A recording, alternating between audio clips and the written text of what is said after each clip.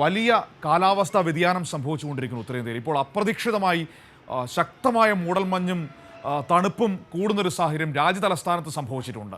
എന്താണ് ഉണ്ടായത്?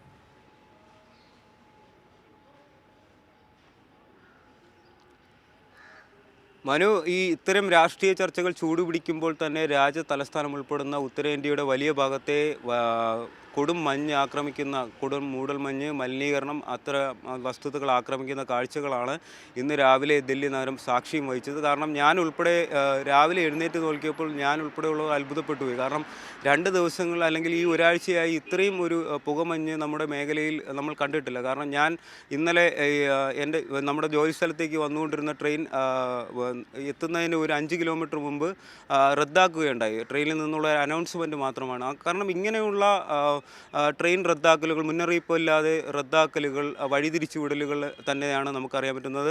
125ഓളം വിമാന സർവീസുകളെയും ഇന്ന് രാവിലെ ഇതുമായി ബന്ധപ്പെട്ട് ബാധിച്ചിട്ടുണ്ട്. നിരവധി ട്രെയിനുകൾ വഴിമാറ്റി വിടുന്നുണ്ട്. ഹ്രസ്വദൂര സർവീസുകൾ നടത്തുന്ന ട്രെയിനുകൾ, ഞാനിന്ന് ഉൾപ്പെടെ വന്നത് അതുപോലെയുള്ള ട്രെയിനുകളാണ്. അപ്പം അതുപോലെയുള്ള ട്രെയിനുകൾ വലിയ രീതിയിലുള്ള മുന്നറിയിപ്പില്ലാതെ ക്യാൻസൽ ചെയ്യുന്ന അല്ലെങ്കിൽ വഴിതിരിച്ചു വിടുന്ന ഒരു സാഹചര്യം ഇപ്പോൾ നിലനിൽക്കുന്നുണ്ട്. കേരളത്തിൽ നിന്നും ദക്ഷിണേന്ത്യയിൽ നിന്നും ദില്ലിയിലേക്ക് സർവീസ് നടത്തുന്ന കേരള എക്സ്പ്രസ് പോലെയുള്ള കൊച്ചുവേളിയിൽ നിന്നും പുറപ്പെട്ട എക്സ്പ്രസ്, ഇന്ന് ദില്ലിയിലെത്തേണ്ട എക്സ്പ്രസ് എല്ലാം തീർച്ചയായും ഒരു 8 മണിക്കൂറോളം ലേറ്റായിട്ടാണ് ഇപ്പോൾ സർവീസ് നടത്തിക്കൊണ്ടിരിക്കുന്നത്.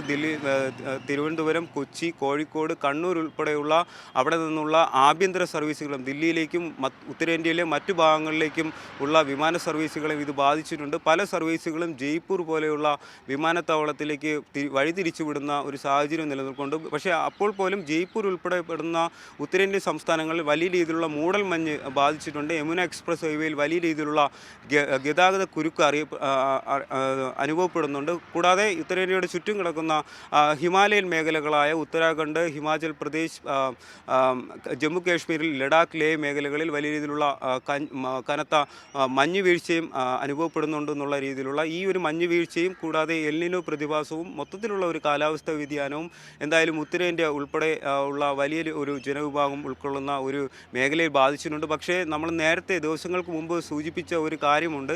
ഈ തിരുവോരങ്ങളിൽ അന്തിയുറങ്ങുന്ന കുറേ സാധാരണക്കാരായ ജനങ്ങളുണ്ട്. കാരണം അവർക്കൊരു സംരക്ഷണം നൽകാൻ ഇപ്പോഴും ഒരു തയ്യാറായിട്ടില്ല. ഭരണാധികാരികൾ പലപ്പോഴും തയ്യാറായിട്ടില്ല. വലിയൊരു ശതമാനം പേർക്കും ഇപ്പോഴും ഷെൽട്ടറുകളിൽ അന്തിയുറങ്ങാൻ പറ്റാത്ത വലിയൊരു ജനവിഭാഗം ഇപ്പോഴും നമ്മുടെ കൺമുന്നിലുണ്ട്.